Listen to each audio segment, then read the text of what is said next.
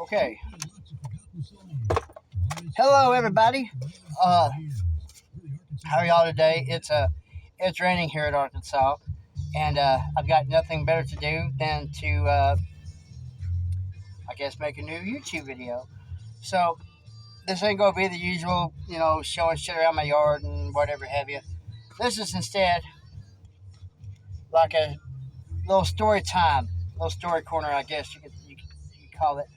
Um, this is like a list of all the cars and trucks that I have owned, not the ones that I've driven, just the ones I've owned, and I've come up with quite a list. Of course, I'm 47 years old. Got a birthday coming up next. Not yeah, shit, just December.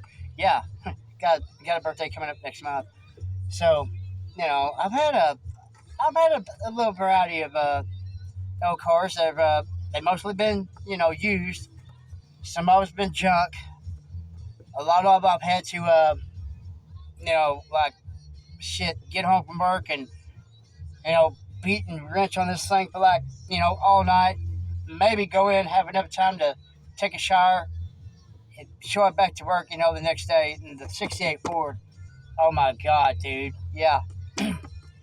Anyway, we're starting with a list. The very first car I had that was that I worked for. Um, my mom and dad bought. They paid to have the timing belt and the timing redone on it. Oh yeah, I got baby girl here too. Say hi, baby girl. Say hi, baby girl. Yeah, say hi, baby girl. Oh, that's my baby girl, puppy dog. Okay, she loves hanging out with her daddy. But anyhow, uh, I know that sounds weird. Does it? Does that sound weird? I'm trying not to be all beamer and shit. I'm trying to keep it, trying to keep it real. But yeah, that is my yeah. This little puppy dog is my little baby girl. So that's her name. Anyhow, back to the list. The very first car I had was a 1981 Chevrolet Chevette. Had a four-cylinder, had an automatic, and my cousin sold this thing to me for like, well, $200 was the dollar amount, right? But I had to work like 2 years. How it wasn't really work. I had to use his lawnmower and mow his property, which he had a big old property. Like God, I think I had to mow like 2 acres of it. But I mean, it was like straight, just like bah, bah, bah, bah, bah, just back and forth. And you done that about 18, 20 times. Bang, I was done for like 2 weeks or so. I had to do that for 2 years. That's what I paid for that car. And I had it, drove it around for it got me through school. And I started a job at Walmart when I got out of school. Didn't finish school. No, that's a different story. We'll say for another day. But no, I didn't finish school. I did get my GED though. So yay me. Um, I got that when I was like 20. When did I get that? When I was 22. Yeah, 22. I think 20. It's right before 2000. I think. Yeah, I got it like 99. So now that was the only good thing. My first wife. I mean that my first child, of course. But the only other thing, was she pushed me to get my GED. I mean, so you know, kudos for her. I mean, you know, anyways, we'll say that for a different story too, because my God. Anyway, I had let me see, traded it for a '95, brand new, off the lot, up there at Chuck Fraser in Hot Springs, 1995 model Nissan. Man, this thing was beautiful. The blue had, if you're familiar with the '95 Nissans, they had like the little stripes that like they started from like the tail lights, real small, and when it got towards the door, they kind of spread out into three, and they kind of dipped down at the door. Well, mine were gold, and this truck was beautiful, and this thing was possessed by the devil. I mean, my aunt seen it. First time she ever seen me roll up in it, she was like, she got chills, and she was like, "You need to get rid of that truck." That thing's possessed. Didn't believe her. Yeah, she was right. And anyway, I traded it for a 95 model Dakota. 5 speed, had the V6 on it. And oh yeah, now that Nissan, I destroyed that fucking Nissan. I mean, tore it just. Oh, I hit a deer with it. Like, that's 3 months after I got it. Yeah, brand new truck. Smashed into a deer with it, doing like 72 miles an hour, and should have totaled the truck. I mean, it didn't. It was like close to $6,900 to repair it. But my God, it never was right after that. But anyway, I'm over here petting baby girl. If you're wondering what I'm doing. Anyway, I trashed it. So in '97, I traded it for a '95 Dodge Dakota, a black 5 speed, extended cab. That started my love affair with Dodges. But it wasn't until that one blew up and it was still under a factory warranty. Um, yeah, I bought it used and it was still under factory warranty. They had like a 24,000 miles or something extended on it. So yeah, it came in very handy. But I don't know, it never was right. Now that was probably my fault because I destroyed it too. I had an '85 Daytona during this time that I wound up. Yeah, now the Dakota got repossessed. Yeah, uh, long, a little bit of a story on that too. I'm not gonna get into it, and it was my fault. My fault. It got repossessed. To wreck my dad's credit. I'm still to this day beat myself up over it. I mean, he was only trying to help me out, and I more or less stabbed him in the back. But young and dumb, man, young and dumb, right? But it took me forever to grow up. Anyhow, um, let's see. Lost the Daytona. My first ex-wife, when she left, she took it, and she was smart because it was paid off. So yeah. Let's see. I had during this time I had like a '68. No, what the hell? I had a 76 Crossroad Newport, and this thing was big. And I got to drive it one time, and like for oh shit, maybe 5 6 miles. Drove to town in it. I lived in Roseberry at the time. Drove to town in it, and came back. Went to take off again like 15 20 minutes, and it wouldn't get out of reverse. So, oh no, it wouldn't go in reverse. Yeah, wouldn't go in reverse. So I pulled it off to the side and forgot about it. I was wound up selling it. Somebody, my next door neighbor, in fact, had a Dodge van and needed the bell housing off of it. And he went, "Oh, how much you want for the bell housing?" Told him, "Whole car or nothing, dude, because you take the transmission out of the car, it's done. It's done anyway, now." But anyhow, okay, let's see. I had an '86 Silverado that oh man, yeah, got rid of it. Let's see.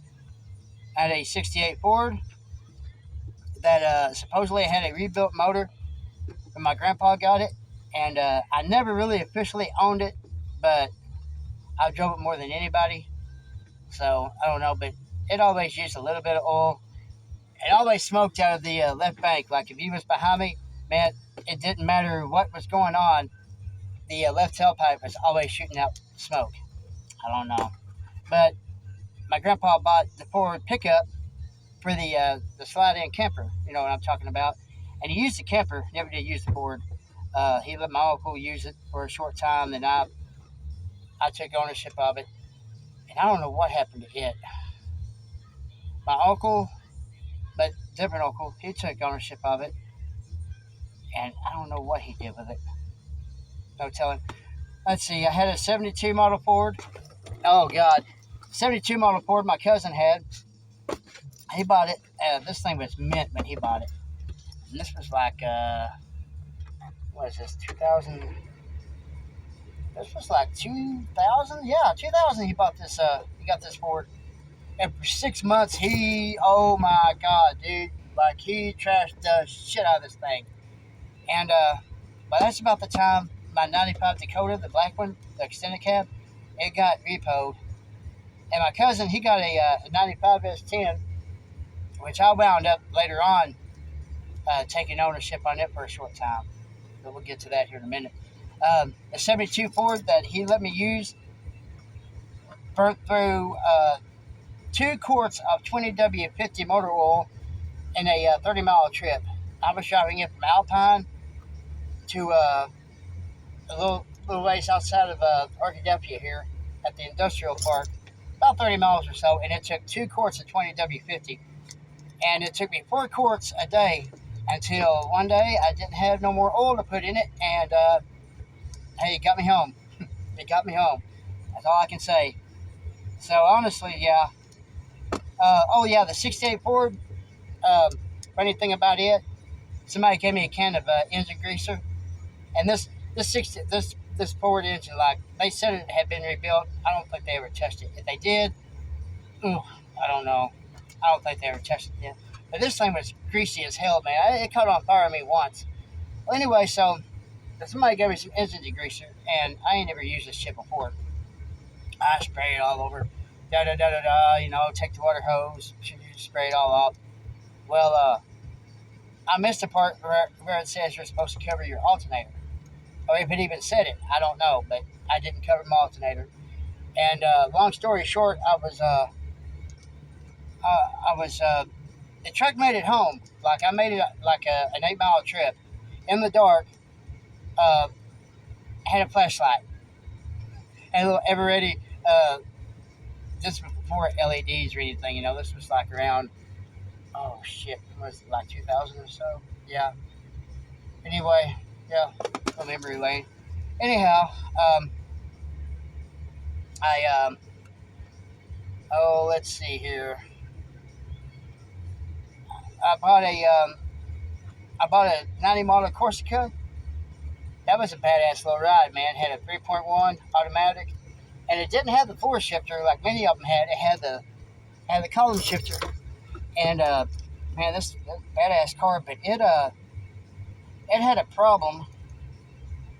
Of course, at the time I had it, I didn't realize what it was. But the little oil pressure sending unit, notorious for going bad in those things, was pissing out oil like crazy. And I thought I'd done. I don't know.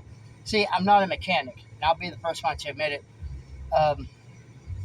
Everything you see me do here is like swapping out engines the first time ever. So let's see. Okay, and then I bought an '86 Lincoln Mark 7 for $200, and I hot rodded the shit out of that thing for like 3 months, and I traded it for an '80 model GMC. Oh, I had a '69 model Comet, a 1969 model Mercury Comet. That had for like 2 weeks.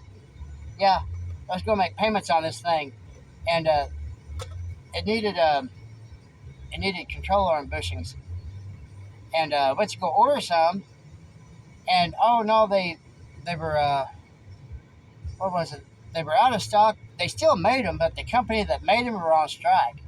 So it could be, we could have them by, next week, or it may be 2 years. And I wound up, I was driving it. Let me see, I was driving it to my mom and dad's. Driving it back from my mom and dad's one time from Alpine, and damn back tire just disappears. Like it goes, well, it didn't disappear. I watched it roll down the hill, and I'm like, whose tire is that? About that time, the back end of my car hit the ground, or hit the pavement. So yeah, I got rid of it pretty quick. Actually, my first wife, I had it during my first marriage. She told me, she said, "You get rid of it before it gets rid of you." So there you go. Let's see. Then I had you can't go outside. Look, it's raining. Oh my God. I've had an 81 Cutlass with a 307. Transmission was out on it, and come to find out, the head was out on it. It had a cracked head, And yeah, I sold it to the junkyard down here. That's a long time ago. Uh, the 95 S10 that my cousin bought, well, he bought him and his wife bought a Grand Am and decided they weren't going to pay payments on that S10 anymore. Okay, so I took ownership on the 95 S10. Shouldn't have. Oh, oh my! Which I don't know. I guess I'm glad I did for other reasons I'm not going to get into here. But just stating that I have had one of those. I've had a 95 model Azusa Rodeo with a 3.2 automatic 4-wheel drive. That was fun. That was a fun ride. That was a very fun ride.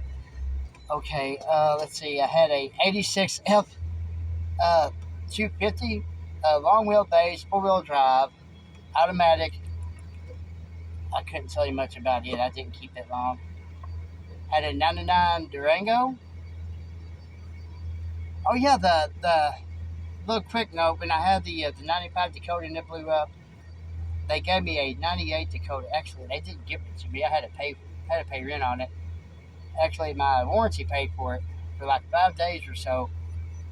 And when they stopped paying for it, they let me know about it, and I returned it that day. And um, and that's when I loved, fell in love with the Dakotas. Like, I always liked Dodges. When I bought my 95, that black one, I loved it. But when I set foot in that little Dakota, I'm not a big truck. I don't like big trucks. I mean, I get it. They have their place. I just I don't have a use for them. I have had several big trucks, which I'm going to get to that too. And of course, that 86 was one of them. Um, that Mark 7, the 86 Mark 7, it had a 5.0 HO. That thing was fun for about the first burnout. After that, it was done. And, like, you could do another burnout, but you couldn't do one that night, or I couldn't. I don't know if it was because the tires were warmed up, or that's just all it had for the time.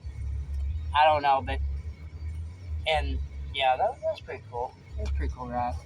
Um, but after I traded it for the GMC, the 81 GMC, um, yeah, they blew it up like a month or so after. I don't know. Anyway, they had fun with it. Had a 99 Durango 4-wheel drive with a 318. For what I gave for it, it was worth it. But that thing was a nightmare. But I still love Dodges. Still love them. Had a 92 Toyota Corolla DX wagon. That was a piece of shit. I had it's coming down. I had a 90 model Buick Riviera that I gave $800 for. That car was, I've got a video or two of it I'll have to post, of it running.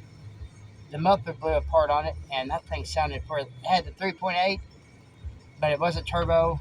It's just just a plain old Jane 3.8. But yeah, it was pretty badass. Then I had a 97 Cutlass that I traded for a 02 Ford Windstar van. And this is the kicker, guys. I took that 02 Ford Windstar. I traded it for a 99 Ford F350. Had a flatbed on it. Oh, this thing was beat. This thing was beat. And somebody had cut a hole out in the bed above the gas tank, and they had, I guess, replaced the fuel pump on it or something, and they broke there's like 8 or 9 bolts that hold that cap on the top of the fuel tank. So, when they removed that to replace the fuel pump, which the fuel pump they made the repair with didn't even belong with the truck, and but anyway, when I got this thing, it wouldn't hardly run. And what had happened was, when they replaced the fuel pump, they broke off all but 2 of the studs that held that cap on the top of the fuel tank. And like I said, they cut like a square hole up on the on that flatbed. So each time it rained, water got in that gas tank. Oh my God, man! I junked all the I junked all that shit out, like pulled the drain plug and everything. And oh my God, man! It was like it was bad, man. I don't see how it run at all. But anyway, of course, then I got the that led up to having the this Raider, and then that '99 Dakota and the '97 S10. I don't know why I made this video, and if you stick around this long, I thank you for watching. And that's all the vehicles I've had that I've owned. And let's see, if I was to make I wish to say which ones were the best. I don't know. Let's see. That's um,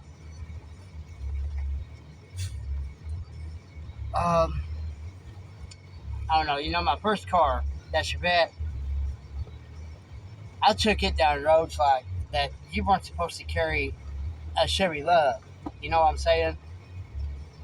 And I beat the muffler off all the time in it. Matter of fact, one time I beat the muffler off of it, and my dad had brought home one of these marking poles or something. There was just an aluminum pole, like maybe 10 feet long. That had like a wooden ball or something on it. It's like be red or yellow or something or another. Anyway, I cut that ball off of it, and cut that pipe down, and I shoved that pipe up inside my exhaust pipe on that Chevette. And oh my God, dude! Like you could get that thing up to 30 miles an hour, 35 miles an hour, and drop that thing up in second gear. Like from you got the 1, 2, and drive. You put that thing in second gear, and let off the gas, and that thing went pa pa pa pa pa pa pa pa pa pa. Just crazy, man. Oh my, yeah, that thing was fun. Let's see, yeah, that was.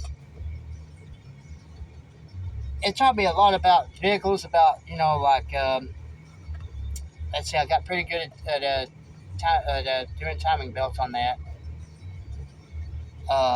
Let's see, the most dependable of them. I have to say the rodeo. The rodeo was. I don't think I ever had to do anything to that rodeo, and I put all kinds of miles on it. I had it like 3 years, and in fact, when I got arrested, yeah, when I caught my charge, um, back in 2010, it got impounded. Now I got it back, but that's how I wound up with a Durango. It got impounded. And I needed a ride, of course, and I bought that damn Durango. And then when they sentenced me, they were like, "Oh well, you can have your Isuzu back." I'm like, "Okay, cool." So anyway, well that's it. Let's see, longest video yet, and this was probably the most informative that I put out. And thank you all for watching, and hope to catch you next time. Hit that like button. Leave me a comment. Yeah, leave me a comment. You ain't gotta leave me a subscription or any of that, but let me know how I'm doing. I've stated before, that this channel is about me, and but really it's about y'all. It's about y'all too. I mean, I don't do this, just to hear myself talk. Maybe somebody else likes hearing me talk. But anyway, I appreciate you watching, and much love, everybody. Oh yeah, of course, once again, thanks to Poor Man Speed Shop. Man, thanks to y'all, I wouldn't even be doing this. I wouldn't have the courage to do it. You and Mako, I thank you so much, man. You really helped me out. You Dizzy, I don't mention you enough, man. Hey, if you're new to any of this, go check out You Dizzy 1969. Dude, he's got some good stuff. But man, there's all Adam's Ham Radio. Hey, thank you, man. Thank you for your comments. Let's see who else we got. Smooth Operator. I know we talk on the live feeds. Um, let's see who else. Oh, Bruce Beaver. I don't know. What's up, man? Uh, Bastang 89. What's happening?